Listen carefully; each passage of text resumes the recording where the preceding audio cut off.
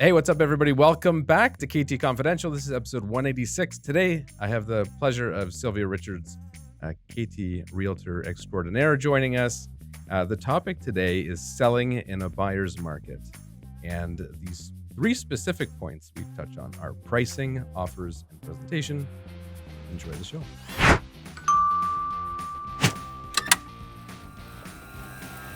Hey, Sylvia. Hello, Adrian. Welcome. Thank you. I'm excited to have you here. I'm excited to be here. For those watching and or listening to this episode of KT Confidential, I've got Sylvia Richards here joining us. Sylvia is one of our realtors. Yes. And when did you start with us? So officially September. Okay. Yeah. So we're going on about 8 months now, yeah. something like that. Yeah. I've lost all track of time over the last couple of years. I know. My sense of time is gone. Yeah. Yeah. So thanks for joining. Thank you. Thank you for having me. Today, I wanted to talk to you and our audience about selling in a buyer's market, because that is what we're in. That is what we're in. Absolutely. And have been for a while now. It's transitioned pretty quickly. When do you see the change occur? I would say probably, so what, we're into sort of mid-May now. I would say probably mid-April. Yeah. Beginning to mid-April. That's when you saw That's a big when change? I started noticing it. Yeah, I think I started to see it much earlier. Like February, it started to see more inventory. Yes. And then for sure, as the interest rates went up in March, then it really started to hit home. Yeah. Actually, I just read, I don't know when it was published, but I just read, leading up until today, I was reading mixed reviews about what the next Bank of Canada move will be. Right. And at one point, I was hearing definitive 100% they were going to increase the rates again. Mm-hmm. And then that was before all the chaos. And then I heard that they may not, and they may hold it this time around. Yeah. Because of all the chaos. They didn't realize it would have such a big impact on the market. But then today, I read that according to 30 economists, they are confident that we will see another 0.5% increase come June 1st. Yeah. So that's interesting. We'll see how that plays out. So that'll be after, this will be published after that occurs. Right. So that will be June 1st, which is the week prior to this. Mm-hmm. So we'll see what happens, and then we'll write about it. It'll be interesting. Yeah. Yes.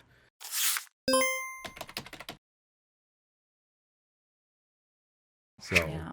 talk a lot to of me. nervous people. Yeah. Yeah. What are you hearing from buyers, sellers, people you're speaking to? I think that's one of the best insights we have to kind of gauge the direction of the market. Mm-hmm. What are you hearing from buyers and sellers? I'm hearing from buyers. I've worked with buyers that have recently purchased. Yeah. So they're sort of, I guess, disappointed that they didn't wait, Right. but we didn't know where this market was going. Yeah. So they had sort of just missed the drop, Yeah. right? And then, of course, I have sellers that have also missed that peak, right? Like everybody's regretting So their everybody's decisions. regretting their decisions, right? Yeah. But it's one of those things. It's never, right? Real estate's never guaranteed. Well, it's like any market, and we say it all the time. It's hard or almost impossible to predict. Mm-hmm. But it's interesting you bring that up, because I just updated the video on our homepage of our website to one of the recent podcasts that Ariel and I did, Yeah. which was about buyer's remorse, Yes. because there's a lot of buyers now who purchased 2 months ago and are closing soon. And now they could probably go from, very realistically, a townhouse, single garage townhouse, to a detached double garage in some cases. Yeah. If most certainly a single car detached. Absolutely. So I think a lot of sellers too are nervous if they haven't closed yet, Yes. right? And buyers paid those prices, which are now considered high. Yeah. Have you heard Yeah. that from anybody? I haven't, no. But I know the fear is absolutely there. Yeah, for sure. Yeah. I mean, the good news is it's a contractually binding contract, and they're obligated to fulfill that. So if they don't, there's usually pretty severe repercussions that typically are not worth risking. No. So today, selling in a buyer's market, there's 3 points that I want to touch on. First is price, or pricing. Pricing, yeah. Second is offers. Yes. And the third is the presentation. Right. Presentation being the way that the house is presented. And prepared and staged, etc. So to start with pricing, I think the biggest thing with that I was thinking of is mindset of not just homeowners, but real estate agents, because there are homes still on the market that I was comparing our listings to 3 months ago, saying, okay, well, what are they doing so that I know how to list our house? And till this day, we've sold 2-3 months ago. They're still on the market, still jumping around with prices and still haven't sold. Right. So that could be because of the realtor either in denial, perhaps, or they don't know how to convey the bad news to their client. Right. Some people are afraid of that. Yeah, absolutely. Yeah. A lot of people don't like conflict, don't want to let their clients down because they had given them higher expectations before the change. Yeah. And then there's homeowners who said, well, my neighbor sold 2 months ago for $300,000 more. Yeah, they don't realize how much can or has occurred in 2 months. Yeah. So pricing is really important, as we have seen. And I think the biggest tip for that I can say is just to stay in a market that's declining, it has a downward trend of value. You have to price ahead of it. So that a price you list your home at today may seem low and hard to swallow. And it's hard to see your house go for that price. But in 2 weeks, you'll look back and be like, yeah, now they're selling for $10,000 less than that. Yeah. And I've had a lot of that. Yeah. So especially now, for sure. Now you're seeing homes selling for less than listing price. Yeah. Right. Yeah. So what would you do as a realtor to help convey that message, the importance of that? Well, I think it's very important to educate your clients, right, about what's going on in the market, especially in their immediate area, because you have to compare, you have to compare homes to sort of where they're selling at, right? There's no point comparing our prices to Toronto or Cambridge. Yeah. But you need to be realistic too, right? About, how is the home going to present itself? And if homes in that neighborhood are going for a certain price, then you have to sort of, be aggressive, stick to that price point because, you can, ask for more, but then how many serious buyers are you going to get that will come through? Well, you recently had a client who started off with very high expectations. Yeah. And correct me if I'm wrong, but it sounded like it was hard to convey anything otherwise to them. Yeah. But they very quickly, kind of after listing, realized what was happening. Is that right? They totally realized, yeah. And it was sort of a shock to the system. And it's when we had listed, it was like literally that, like it was like overnight. These changes started happening. We went from having 13 homes on the market to like 30 homes on the market in 2 days, right? So so lots of competition. And unless you have a home that really stands out, is in a neighborhood that's, very sought after or has that, beautiful backyard, buyers definitely have the upper hand now for sure. Yeah. Well, that leads into the other conversation is offers in the strategy of what approach do you take? Because for most of the last few years, it's always been, for the most part, price it very low, just an arbitrarily low number, pull a number out of a hat, doesn't matter, $1, doesn't matter. Yeah. And you schedule an offer date and a presentation time, and you get as many people through the door as you can, try to get as many people to fall in love with the house, and get as many offers on the offer night. Yeah. So price wasn't as important then. What was more important then was your ability to make the house very presentable, get in front of a lot of people through, preliminary advertising, coming soon ads, stuff like that, and then knowing how to negotiate when the offers came in. Whereas now, pricing has become a much more important part of that. Yeah. Because buyers, if you're priced incorrectly, they're just not coming. Right. Right? Yeah, for sure. And the other side of it too is if you're pricing low, like truly low, buyers still are like, are they expected? There's a lot of weird things happening. Yeah. Because just a couple months ago, that was what was happening. That was the going thing, right? All the homes were underpriced because they knew that there's tons of buyers out there, not enough inventory. We're going to get multiple offers. There's going to be bidding wars. Yeah. So they were being priced low. Well, now there's a number of houses I'm watching for clients, and we're seeing most of the ones that are holding offers are not selling. No. I'm not selling on the No. offer night. The vast majority of them. And the confusing thing is so when they're doing that, the mindset is that one would assume they think that price is low and they're Right. hoping for more. Yes. But after the offer night, they don't change the price. Right. Right? Right. So you're there with the notion that I'm going to put pressure on these serious buyers. I'm going to get them in, but really you're not really offering them more than the guy next door that's Right. priced at what it should be priced at. Yeah. Well, there was one in Hamilton that we were watching, didn't sell on the offer night. A few days later, I went in with my clients, saw the property. They wanted to submit an offer on it. So I did a valuation. And I did, at that time, say, okay, this price low. Yeah. So I made a suggestion of a price. I think that was around 30,000, 40,000 more. Mm-hmm. And by all accounts, that was a very, very fair number. That's Yeah. realistic. I would say that was, if you had 4 people appraise the house within It a would few have thousand been- bucks, that was very accurate. But the seller wanted another 50,000. So I think we were like 730 and they wanted 780. And the realtor said if they don't get it, they're just going to pull the listing. And a few days later, they did. Yeah.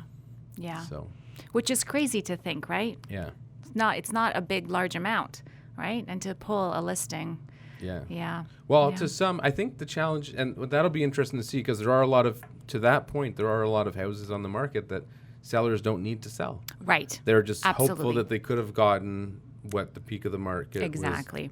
was able to fetch.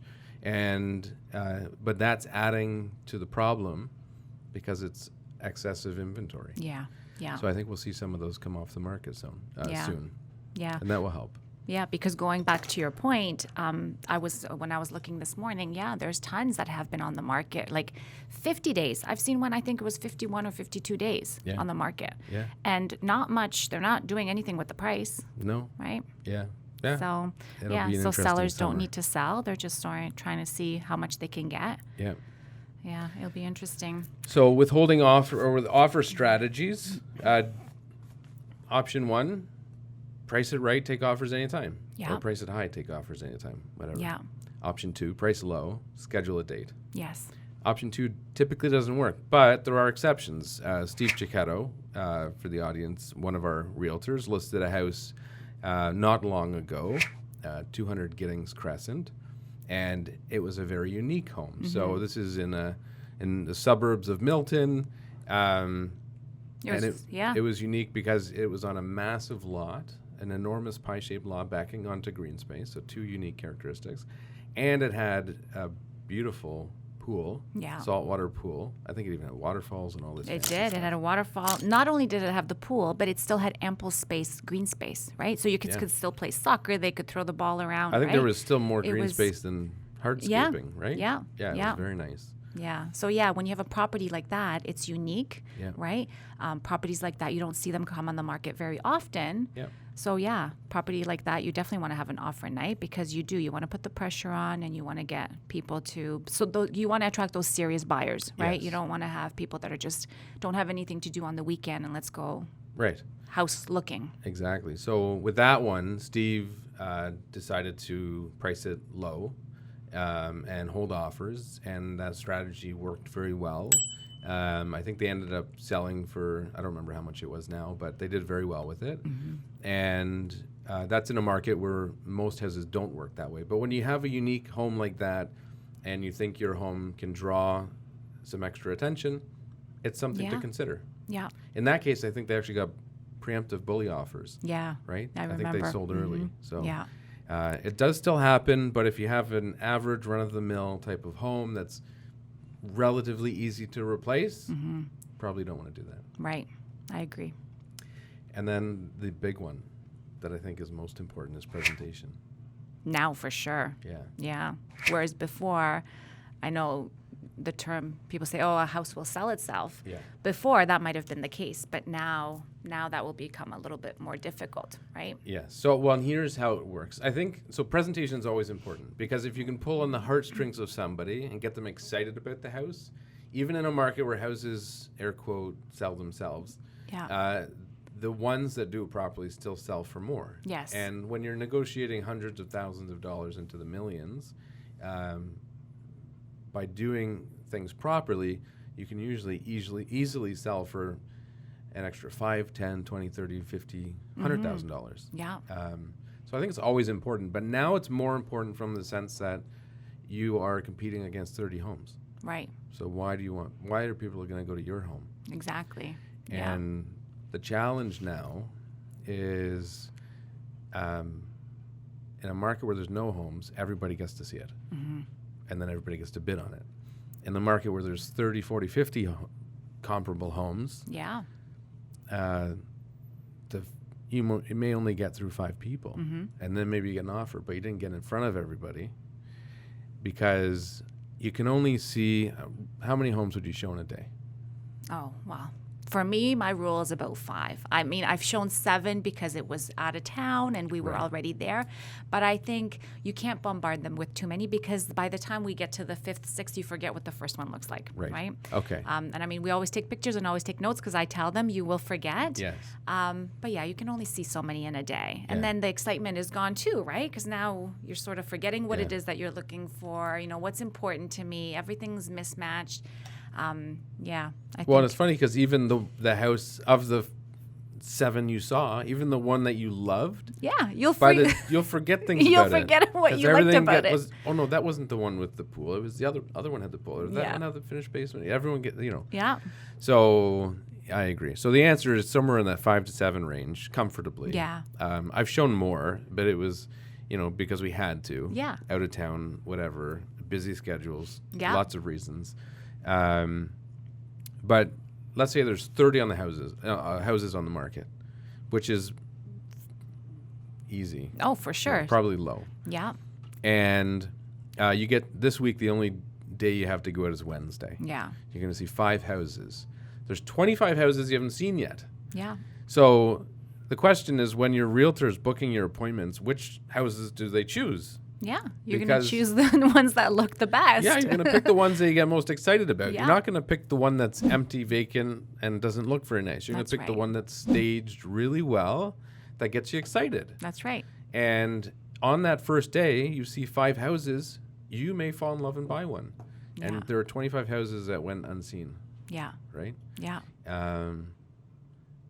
I don't know why I was sad. First thing that came to mind there was such a weird thing to think of. I was thinking of like at adopting pets, and it's like you've got 30 cute little puppies, but you only got to see 5, and you picked one. All these other ones didn't get Get looked left at. behind, poor puppies. Yeah. So, Yeah. but that's the reality of it, right? There Yeah. may have been a dozen other homes that were really good options. Yeah, But you didn't even see them. yeah, And that's, you're happy because you found a house and you bought it and it's a house that you love. yeah, But the homeowner that didn't take the extra time to make theirs shine yeah, lost out. yeah, So I think presentation is always important.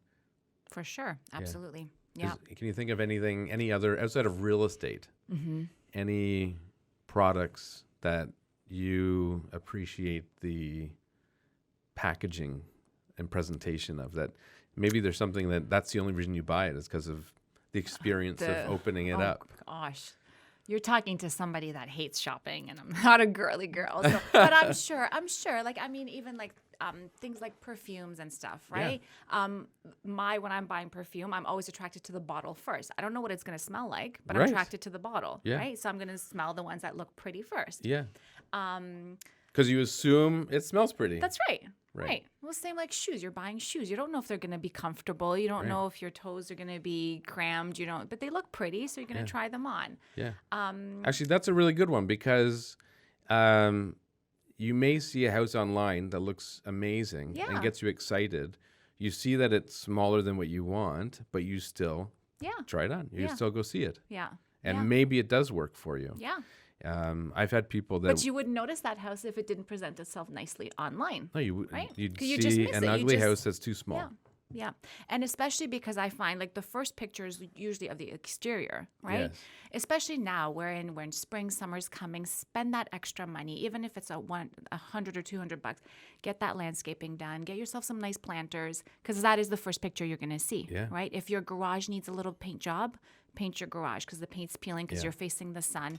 They're minimal things, but that's the first impression that people have of your home, right? Yeah. If they see an ugly exterior, you can only imagine what the interior is going to look like. Yeah. Well, Yeah. for me, I enjoy wine. Yes, I'm not I a do too. connoisseur by any means. Yes, I we had don't- this discussion before. Yeah. Yes. Like I couldn't tell you a whole lot about what I'm drinking. Yeah. Other than I thoroughly enjoy it. Yes. And why I enjoy it or why I don't. I don't know where it's from. I can't taste, the vintage and all No. that craziness. But, from a packaging perspective and labels, the other day I bought a Malbec. And Yes. I'm not a fan of Malbec Yeah. generally. And I didn't really enjoy the bottle, to be frank. But I saw it and I hadn't had one for a while. And I The just label simply appealed to loved you. the label. So I bought it. And, in everything we do, it's super important. yeah. So, Yeah, absolutely. No, presentation is definitely important. yeah. Well, that's all I had to talk about. Oh, it was great. Yeah. Yeah. How's your day going? So far, so good. Good. You got a busy weekend lined up. I do have a busy weekend lined up. That's Yeah. good. Yeah. Hockey season. Both my boys are hockey. Well, one has decided to, now that he's in high school, he's decided to quit hockey. So now it's all about football. But the younger one, football season's done, tryouts, hockey season's done, tryouts are done. So now it's all about football. Yeah. So now I have two boys playing rep football for the Oakville Titans. Yeah. So That's crazy. My kids Yeah. are too young to be, well, I guess I could get them involved in more. I've got swimming lessons yeah. and that's it. You wait. You have girls. Girls Yeah. like doing the dance and gymnastics. Well, I That's want to a get lot them of- into karate or something self-defense wise. Yeah. I think that would be good for them. Yeah. Yeah. But, that would be good.